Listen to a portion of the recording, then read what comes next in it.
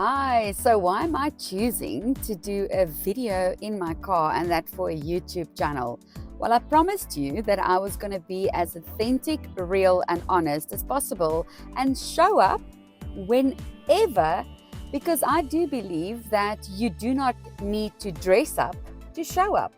I did dress up today, but not with makeup and all of that, because you would not believe where I had to go to today. I've got a scooter. Myself and my husband bought a scooter probably about 2 years ago when we moved to the coast. And we've been procrastinating getting our actual license for those bikes. We have got our learners, went straight into that, got it done, sealed, dusted, and had all the best intentions of getting our actual license so that we can lift our boys at the back. So they've got their helmets. We bought that immediately. We were ready, set, and go for fun and adventure. And then we had some challenges trying to book the license at a previous licensing department at Verulam, which was not a pleasure for myself, not a pleasure for my husband. We tried more than once and then eventually just gave up and didn't go to any other licensing department for quite a few months. So now we find ourselves with the license, the learners expiring in December already. So, I mean, it lasts for 2 years. You would think we would get our stuff together before then. And now we woke up and realized, oh my word, our kids' helmets are already going to be too small by the time we get to do our adventures around the coastline. And we would probably have to write our learners again, which we definitely don't want to do. First time around already was a challenge because, we've been driving our cars for years and we haven't done a learner's license, for over 20 years. And then we had to study it again and make sure we pass it. And here we are. So long story short, I then had to drive to Empangeni from Ballito, which basically took me an hour and a half to come to this traffic department and try and book my scooter license, because I heard it's way easier here, less busy, the staff's more friendly. And I must say, thank you so much, Ballito. I love Ballito Group, it's really amazing. They suggested Pinetown or Empangeni. I chose Empangeni for a very specific reason, because it is a way better road for me to drive. It's prettier, it's got way more nature and beauty around it rather than driving to Pinetown. I do not enjoy driving on that into highway. So here I am in Empangeni, and you would not believe, I get there and I take out my learners and she asks me for proof of residence. Rookie error. Really, Marianne? I still have my proof of residence, not even my previous property I stayed in, but the one before.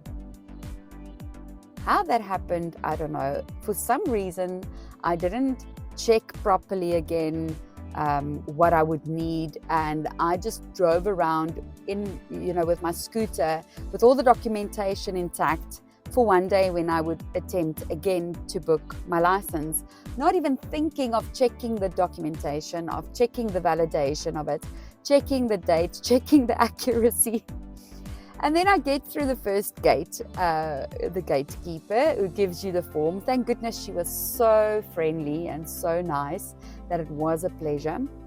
And she helped me, she assisted me, and then she asked for proof of residence. And I took this one and I looked at it and I was like, here we go. And I saw it's 2022. So I knew that wouldn't suffice. But I thought, okay, well, let me try. I drove all the way to Empangeni. So she obviously didn't spot that it is 2022. So she gave me my form. She said, fill it in, just follow that cue. But thank goodness it was a pleasurable experience, way better than what I experienced at Verulam. So I had hope. But as I was filling out the form, my conscience started bugging me, because I'm a very honest person. That's one thing you will learn from me. I cannot lie, and I cannot honestly sign a document or write details and know that it is not accurate. And even though I've waited so long to get this done, I drove all the way to Empangeni for an hour and a half. Here I was standing with that form, and I thought, well, I can't now fill in my current address because it's not going to like correlate with the incorrect 2022 proof of residence. So I'm going to have to write that old address in, and I did. And when I had to, but it bothered me. I even phoned my husband and I said, listen, I don't feel good about this. Do you think it's fine?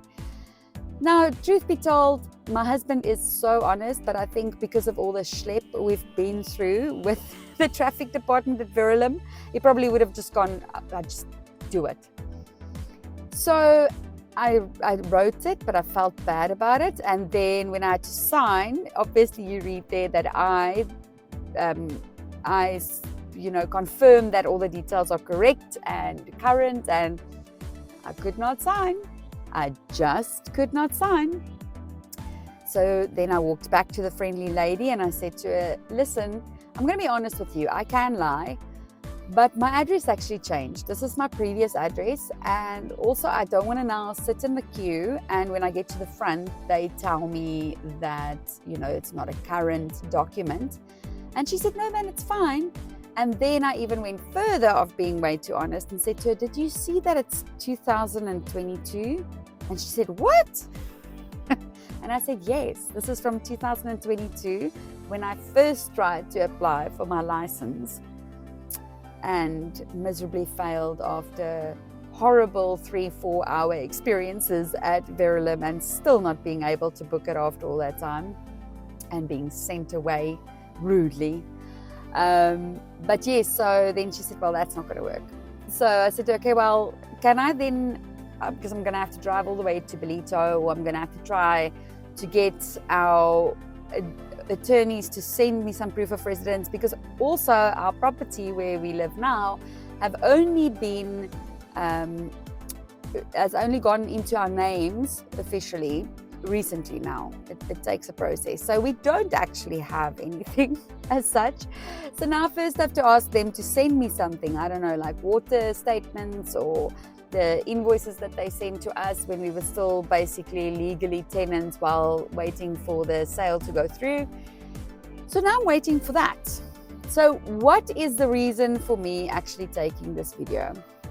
Is I wanted to share with you that with all the other videos that I've spoken about how you choose to react and that you cannot change anyone else or anything outside of yourself, but you can change how you react to a situation or how your mindset is, etc., etc., etc. And that cycle of accept, change, leave. This is now the most practical example I can give you. So, can I change the fact that I don't have a proof of residence right now and that they probably won't accept it, and that I drove all the way an hour and a half to Empangeni and I still could not come to this place and conquer my dreams of booking my license for the scooter? I can't change it. But I can change how I feel about it, how I react to it, how I let it affect me. Because let us face it, it is actually just my own fault. I should have checked, I should have had my stuff in order, and I should have come prepared. So cannot do anything about that. So I'm choosing to accept it and not complain about it. And I'm even going further of saying, while I am in Empangeni now, and the drive here was actually such a pleasure. I remember driving here, listening to Mel Robbins on my podcast, being inspired for the morning and looking around me and going, wow, it's such a beautiful drive. This is such a pleasure. I'm so glad I came through. So I thought, you know what, I'm not going to mess that up. I really actually had a really nice drive here. It wasn't, it wasn't a challenge or unpleasant. So let me take it as a gift. My niece works here now at a hair salon, so I'm going to pop in and visit her. So I'm literally sitting in a parking lot now, quickly doing this video because I wanted to share this with you.